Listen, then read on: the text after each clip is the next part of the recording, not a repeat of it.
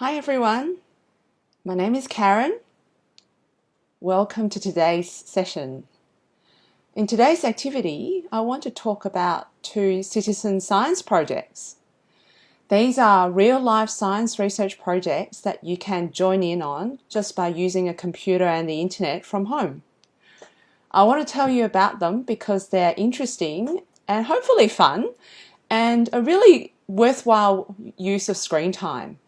And for all the parents out there, if you're anything like me, you probably think your kids are spending too much time on screen. But I feel that if they're doing something that's actually meaningful and hopefully a bit educational as well, then maybe that screen time is not so bad. It's about making the most of your screen time. So that's why I think citizen science is a really good option. There's a wide variety of projects out there. Today I'm going to talk about one called sealSpotter. So it's about conservation of seals in Port Phillip Bay and Western Port Bay. And the other one is called AstroQuest. So it's helping astronomers look out for new galaxies. So here we go. Our first citizen science project is called sealSpotter. It was started by the Phillip Island Nature Park in 2018, so it's been running for about 2 years now. You might know Phillip Island for being famous for penguins, but they actually also have a large colony of fur seals in and around the island. And because fur seals are the top predator in the local food chain, it's really important to look after them because they reflect the health of the ecosystem. So what the nature park has done is they've used drones to fly over Phillip Island and take photos of the rocks and the surrounding waters. And what we can do as citizen scientists is to help look through those photos to try and count and categorize the seals that are shown in those photos. So what you'll need is a computer or laptop or a tablet that is connected to the internet. This project, because we're looking at photos, pictures, it works better on a bigger screen so that you can see more detail.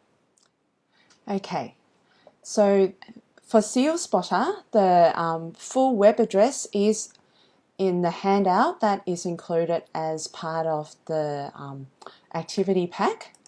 But a shortcut is just to Google it. So if you Google sealSpotter, then hopefully it will take you to the website as the first result, natureparksresearch.com.au. So click on that. And we're at the sealSpotter project's front page. So to start with, I really encourage you to take a look at the video that's on this screen at the moment. It is 7.5 minutes long. It's a really good introduction to the project itself, why it's being done. You'll hear from some of the researchers. And also there is a tutorial, so they show you step by step how to look at the photos and what it means by spotting seals and how to go about recording the results. So it's definitely worth watching that tutorial before you start. Once you've watched the video, scroll down a bit further and please look through this fine print. They're the terms and conditions of participating in the project. If you're happy to agree, click on this agree and proceed button. That takes you to the sign in screen. Now, if this is the first time you've used this website, click on this register box in the middle of the screen there. And then what you need to do is to create a username for yourself. Now, there are boxes further down that ask you for email, age, and location, but they are actually all optional. So if you don't feel comfortable giving that results, that's okay. The information will just give the researchers some idea of who's helping them out on this research project. So let me make one up for myself. That's my new username, and especially for users under the age of 18, we do recommend that you use a made-up username that's not related to your real name. That's a good eSmart practice. So once you've created a name, click Submit, and it will take you to your first photo. Now on this screen, this is the photo that we need to look through. And as I said, the aim is to spot and count the number of different seals that are in the photo. On the left-hand side here, these are our tools. So here are 4 different categories of seals that we're supposed to look for: adult, juvenile, pup, a pup that's dead, and entangled. These 2 are like delete functions. So undo last point means remove the last result that you clicked, and reset points means removed all the results from the screen. There are 2 submit buttons, and here are some brightness controls to help you see more clearly. You might be able to see that as I mouse on the screen, there's an area here at the bottom right. That is actually a magnified view of the section of the photo I'm pointing at. So that hopefully also will help you separate out the seals. As you can see, my mouse is on this sort of bottom corner of the picture where there's actually a big group of seals there, and they're kind of all overlap, lying on top of each other. So the magnified area might help you just be able to count them more clearly. Up here are example photos of the 4 different categories of seals. Adult juveniles, they're sort of a lighter yellow-brown colour. A pup, pups are smaller and also a darker, almost black sort of colour. These are pictures of dead pups, unfortunately. They do happen in nature, they don't all make it to adulthood. Here are some examples of ones that are dead, and they're counted separately.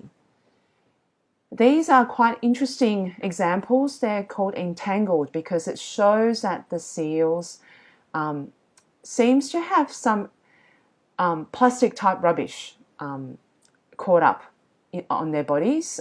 This one's quite visible in the green.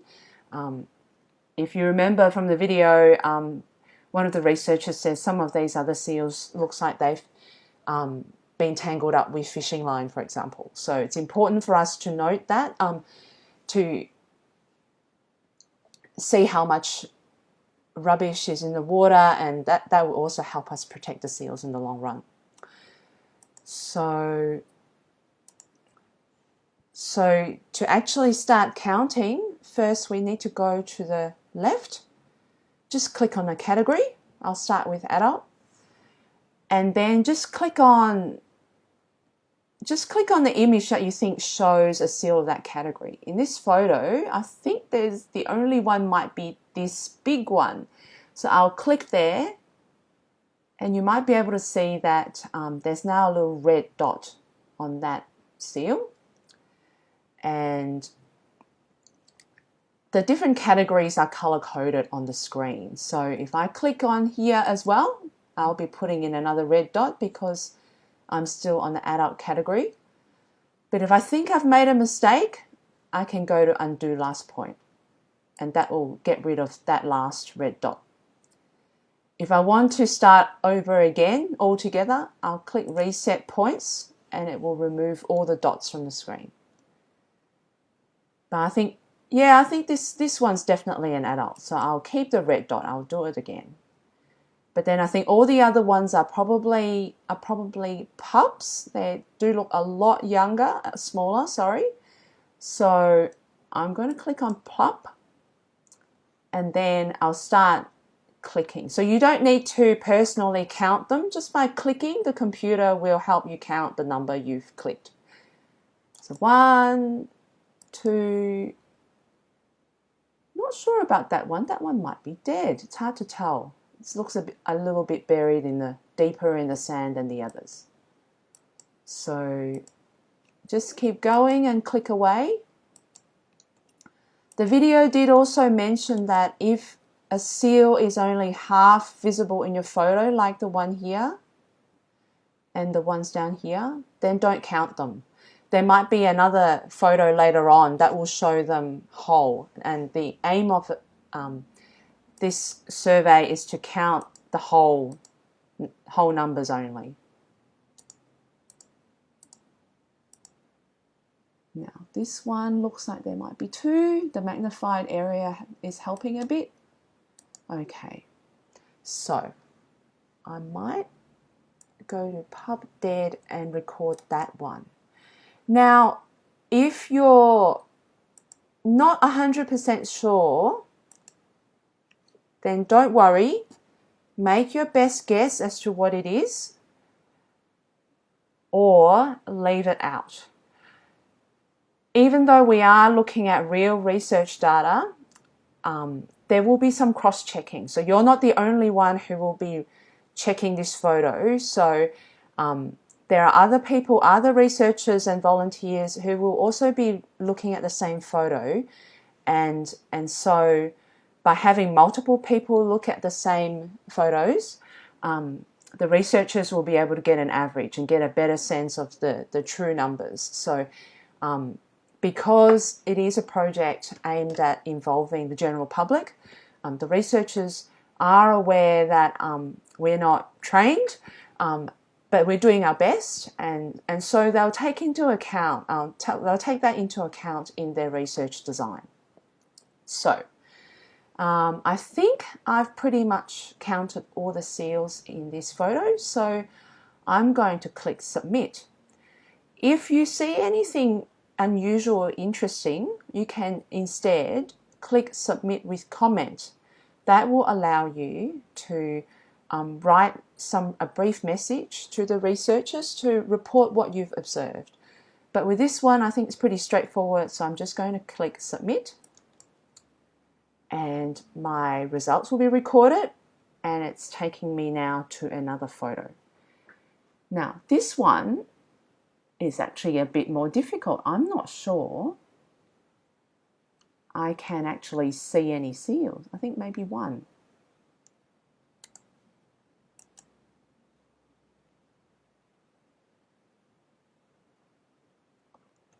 And I think I'll just submit that. And that's basically it. So all you need to do is keep going. You can do as many or as few as you like. You can also go away and come back, log on a different day. But every photo that's reviewed does contribute to the effort. Our next project is called AstroQuest. If you're interested in space, there are lots of citizen science projects that you can get involved in. You can even work for places like NASA. They have citizen science projects that are available to anybody in the world as well. So they're good to look out for. And at the end of this video, I'll give you a bit more information about how to look for these other citizen science projects. AstroQuest is an Australian-based one, which is why I want to talk about.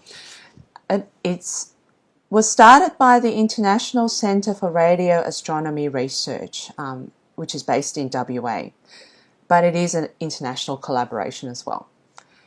AstroQuest is designed to look and play a bit like a video game, so makes it a little bit easier for young players to understand, but it's also open to adults as well. It's just because it looks like a game doesn't mean it's only for kids.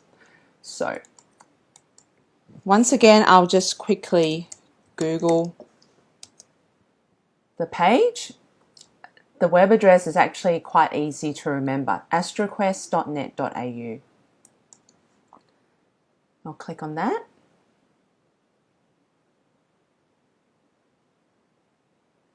So this is the front page.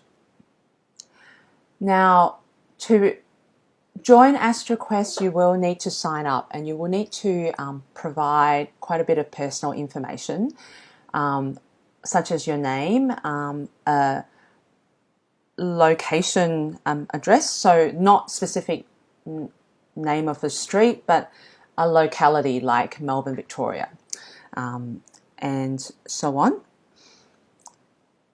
And this is important because the researchers need to know people's details to help them keep track of who's analysing their data, and helps them cross-check results between different citizen scientists.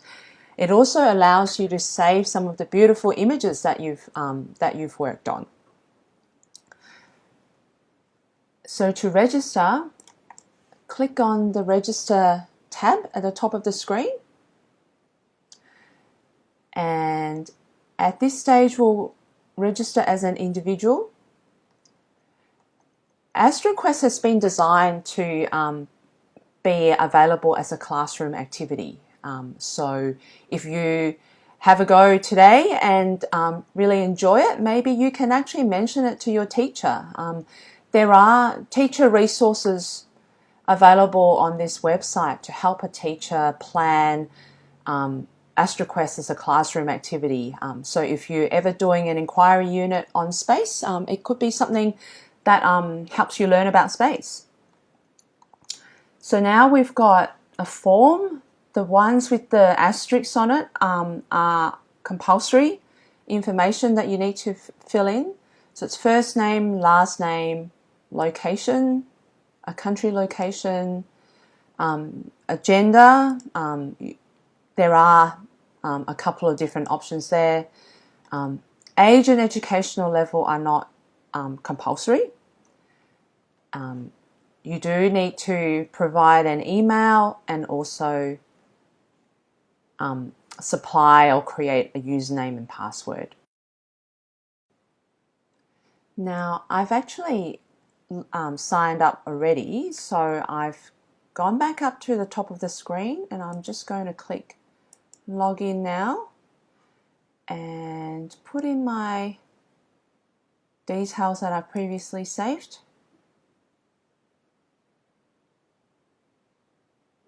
And that takes me to the first screen, the first active screen. But before that, what I want to do is to show you the help section up the top right here. Click on that. And there's a really good tutorial video in this help section. It's about 5 minutes long. And once again, like in the sealSpotter project, this video tells you a bit about the AstroQuest project, what it's about, why you're doing it, and also explains really clearly the different features of the screens. So it's highly recommended. And if you're ever unsure while you're in the middle of doing something, you can also always come back to this help section and watch that video again.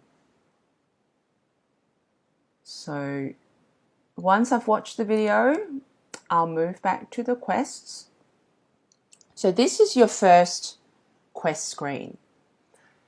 There's a tutorial button that's already been switched on. So this is the first of 6 little on-screen tutorial boxes that you can scroll through, and gives you a little bit of on-screen instruction on how to move around. Once you've read this, you can choose to hide the tutorial using that orange button.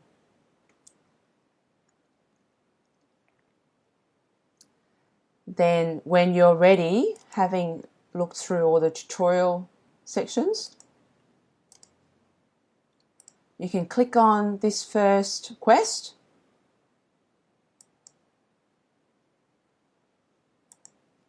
and click Begin Quest.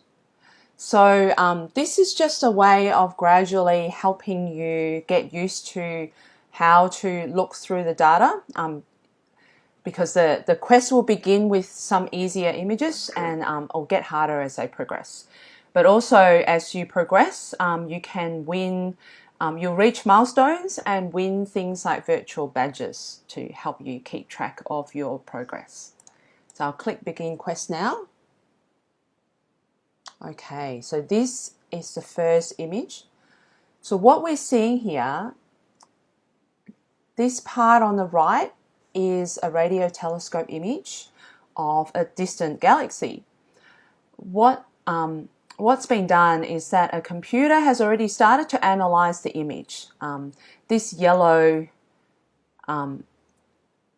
blob in the middle of the screen is actually a computer's prediction of the size and extent of the galaxy in that image. And what we as people need to do is to check that the computer has guessed right, because the computers are not always reliable. They need to be taught how to do things properly, and humans often have better judgment of information. So we're just double checking that the computer has got it right this time. So on this screen, what you can see is, again, there's a show tutorial button. So there's some online on-screen instructions that you can bring up to help you, to remind you what you need to do. These 5 boxes here is a little checklist to help you figure out whether that colored blob is in the right size and position. What we need to do is work out that it's covering the whole of the galaxy that we're looking at. There's an opacity slider, so this will make the yellow less transparent, so you can see the image of the actual galaxy underneath. And then you can slide it up just to compare the fringes of that yellow blob to make sure it's capturing all the light that the galaxy is putting out. There are also little zoom in and out tools to help you get a better view of the picture. And down here it shows you that at the moment this image is made up of a composite of 3 different light channels. So they've basically taken a photo using 3 different wavelengths, and they've mashed up all that information together to give you this final result. And you can actually click on the light channels one at a time, and then compare the shaded area to the image of that galaxy under those channels to make sure that it's covering it properly in all the different light channels. So with this image, it's looking pretty good. I think it's captured pretty much the entirety of that galaxy. So I'll say yes, are all of the above correct? I've looked through these questions, check the light channels, and I think, yep, this looks pretty good. So I can click yes in that case. If you come across a picture that's too hard, you can skip it. Or if you think this is not a good representation of that galaxy, that the yellow colored part is not a good representation, you can click no. And when you click no, what happens is it's showing you these drawing tools. So if you've ever used any drawing tools on a computer program, they're quite similar. And what you can do is then you can use these tools to rub out or add and grow that colored areas, so that you can change the shape of that area to make sure it's covering the galaxy properly. And once you've made any changes, just click Save. I'm going to click back to the checklist because I think this is actually okay. So I'm going to click Yes. So once you've clicked Yes, you've submitted your review of that picture, and it's taking you to this information panel. So this is actually really interesting. There's lots of useful information about that galaxy. So there are some spectral charts, and it tells you how far away it is, and lots of information about what we know so far about this galaxy. So when you're ready, click on the next galaxy to move on to the next image. And the first quest level has 2 images. So once you complete this second one, you probably find that you'll get a small reward, a virtual badge, and also you can increase in your status level. So when we all start, we are time apprentices, but when you go to the leaderboard, for example, you'll see that there are lots of status levels you can achieve. So these are people who are from probably around the world who are all doing Galaxy Quest and checking galaxies for this project. And they've got a lot of different statuses. So Time Adventurer, Time Lord, Time Novice, and so on.